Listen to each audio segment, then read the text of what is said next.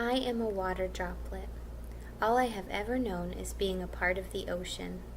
I have lived here with the other ocean water droplets for as long as I can remember. I am in the collection phase of the water cycle. I have been told by other droplets that I will have to journey through the water cycle soon in order to provide the earth and all of its living things with the water that it needs to survive. But when other droplets begin to evaporate from the ocean, I swim down to the bottom and hide. I can't help but be afraid of the journey ahead. I don't want to leave the ocean and all of the droplets that I know. What if I never see them again? What if I get lost? It's too scary to even think about. But today, something changed. The droplets around me started to evaporate, so I raced down and tried to get away. However, this time I wasn't quick enough.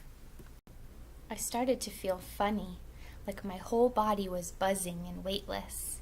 I felt warm as the sun beat down on me and transformed me into vapor. I evaporated up into the sky before I even realized what was happening.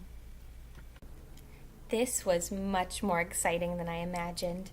I could see more than I had ever seen before as I rose up into the sky. Whales swimming in the ocean, deer drinking water from nearby lakes, and birds soaring all around me.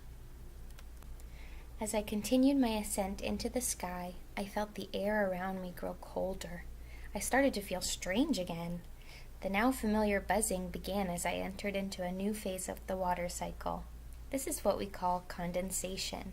I was turning into a cloud. My new state up in the sky felt incredible. I gazed down upon the bodies of water which I once called home. They seemed so small now. It was almost funny to think back on my fear of this journey. This was the most exciting and exhilarating experience of my life. I scanned the droplets around me and saw many new ones I had never seen before. I decided to embrace the water cycle and get to know my fellow droplets in the condensation phase. After what seemed like such a quick change, I could already feel another transformation beginning to occur. The cloud was so crowded with droplets now that we all began to grow heavy. I could feel my grip in the cloud slowly slipping. I did not want to leave this phase. It was so beautiful up in the sky. Yet I knew that without the precipitation I was to become, the oceans and lakes would surely run dry.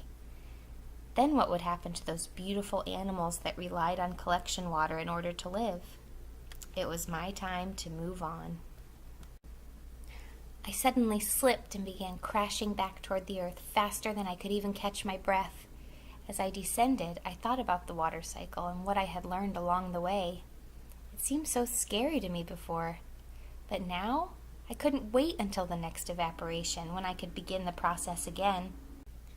I landed in a lake far from the ocean which I once called home. Looking around, I recognized old droplets from my ocean and new droplets that I had met along the cycle. As I gazed up at the clouds high above me, I smiled.